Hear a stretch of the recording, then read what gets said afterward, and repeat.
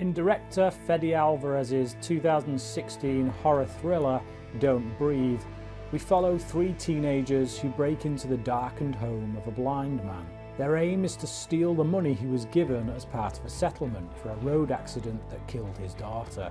What they don't bank on is just how ruthless and extremely deadly their supposed victim turns out to be. Before they know it, they are caught like rats in a maze and fighting for their lives. The film is an exercise in how to build tension, but it also offers us an insightful look at the theme of spiritual blindness. During several crucial moments in the film, Alvarez paints a picture of the two different ways that one can respond to the light of God. First, let's take a look at the character of the blind man, played by Stephen Lang. We come to learn that he is holding captive the young woman who was responsible for the accident that killed his daughter.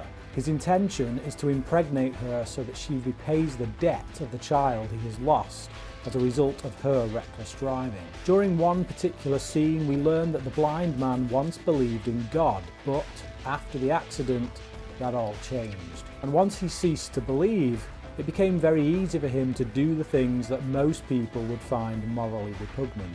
As he himself puts it, "There's nothing a man cannot do once he accepts the fact that there is no God." The blind man paints a picture of God's abandonment having led him to darkness. But this picture is a false representation, made by a man who in fact chooses to hold on to his pain and walk in darkness rather than looking towards the light of God. His blindness is not merely physical, it is also spiritual.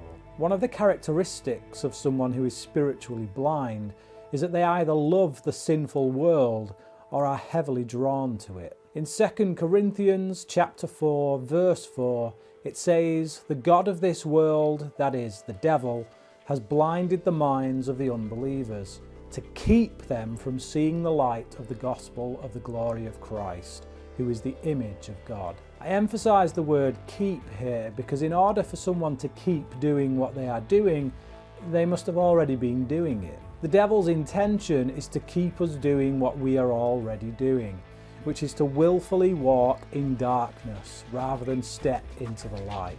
Ask yourself how many times you have not done what is right because the other option was far more enticing to you.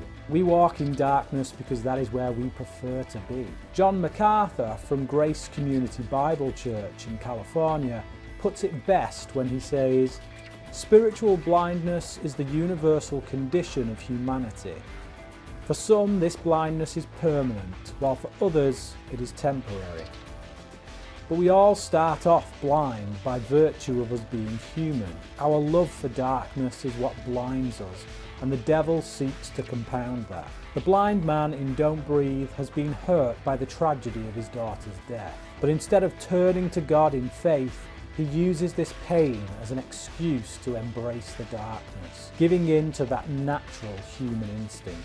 On the flip side to the blind man, we have the character of Rocky, played by Jane Levy, a woman living in darkness but who is trying to escape and take her sister along with her. She goes about it in the wrong way for sure, but her intentions are noble in some respect. She's looking towards the light, but she doesn't know how to get there. I believe it is this searching within her that makes her a lot more open to see the things of a spiritual nature. At the start of the film, she tells her friend the story of how she was once locked in the trunk of a car by her abusive mother. Whilst in the trunk, a ladybug came through a small hole and kept her company, making her feel safe. Later on in the film, Rocky is caught by the blind man and seems completely at his mercy. She looks as though she's about to give up when she is suddenly given a way out. A ladybug, crawling down her arm, suddenly spreads its wings and flies away, and in doing so points her attention to the remote control for the house alarm system.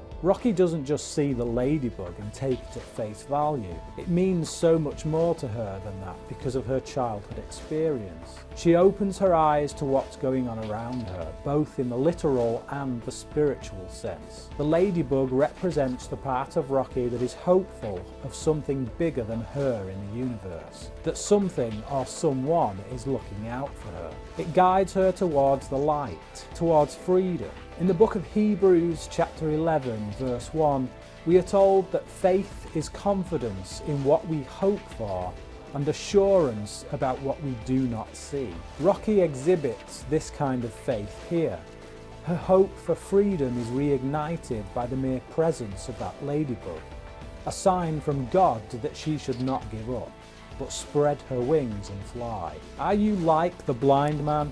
Do you blame God for all your past hurts, using that anger as an excuse to blind yourself to your own wrongs? Or are you more like Rocky? Are you willing to fix your eyes not on what is seen, but on what is unseen, since what is seen is temporary, but what is unseen is eternal?